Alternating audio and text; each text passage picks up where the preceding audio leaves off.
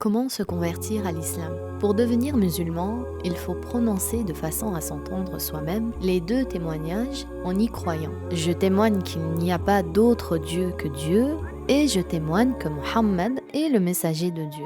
Si la personne n'arrive pas à prononcer correctement Muhammad en arabe, c'est-à-dire faire sortir le son ha au fond de la gorge, elle appelle le prophète Muhammad par son surnom qui est Abul Qasim, c'est-à-dire le père de Qasim qui était donc son fils. La personne dit « Il n'est de Dieu que Dieu » et Abul Qasim est le messager de Dieu. Il est permis de prononcer les deux témoignages dans la langue que l'on comprend. La personne qui veut se convertir ou qui veut revenir à l'islam doit avoir pour croyance que ce monde a un créateur, Dieu, qui n'a absolument aucune ressemblance avec ses créatures et qu'il existe de toute éternité sans endroit et sans comment. Il a des attributs de perfection dignes de lui et il est exempt de toute imperfection. Il faut aussi croire que Muhammad est le dernier messager de Dieu et que le premier d'entre eux est Adam alayhi salam. Moussa, Moïse, Jésus, Isa, Noé, Nuh, Ibrahim, Abraham sont tous des envoyés de Dieu et ils ont tous appelé à la même religion, la religion de l'islam.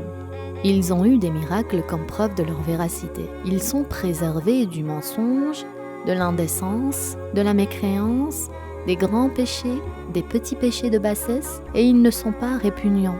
Ils sont tous beaux, honnêtes, courageux, éloquents et véridiques. Ce sont les meilleurs d'entre les hommes. L'islam est la seule religion conforme à la raison saine, qui dit la vérité sur Dieu. L'islam dit que Dieu est le seul créateur qui fait parvenir toute chose du néant à l'existence. Il n'a aucune ressemblance avec les créatures. Les autres religions disent que Dieu, qu'il habite le ciel, ou que c'est un corps tel qu'une statue, ou une vache, ou un être humain. Tout ceci contredit la raison saine. En effet, ce qui habite le ciel, ou qui a un corps, est localisé, et a besoin de qui l'a localisé, et de qui l'a spécifié, et celui qui a besoin n'est pas Dieu. L'islam dit que Dieu existe sans endroit et sans comment, et ne dépend pas du temps. On ne dit pas où, ni quand, ni comment à son sujet. Les deux attestations de foi en arabe, Ashhadu an la ilaha illallah wa ashhadu anna Muhammadan rasulullah. Je témoigne qu'il n'est de Dieu que Allah et je témoigne que Muhammad est le messager de Allah. Par ailleurs, si une personne souhaite devenir musulmane, nouveau converti ou revenir à l'islam suite à une mécréance, elle doit prononcer immédiatement les deux témoignages dans la langue qu'elle comprend et de façon à s'entendre.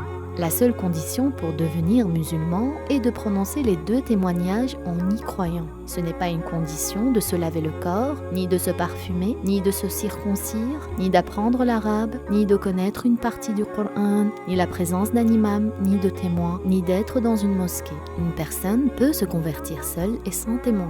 Ainsi, devient non-croyant celui qui retarde l'entrée en islam de celui qui voulait devenir musulman, car cela mène à approuver la mécréance. À notre époque, nombreux sont les gens qui retardent l'entrée en islam de non-musulmans qui souhaitent se convertir, en leur disant par exemple « tu es sûr ?»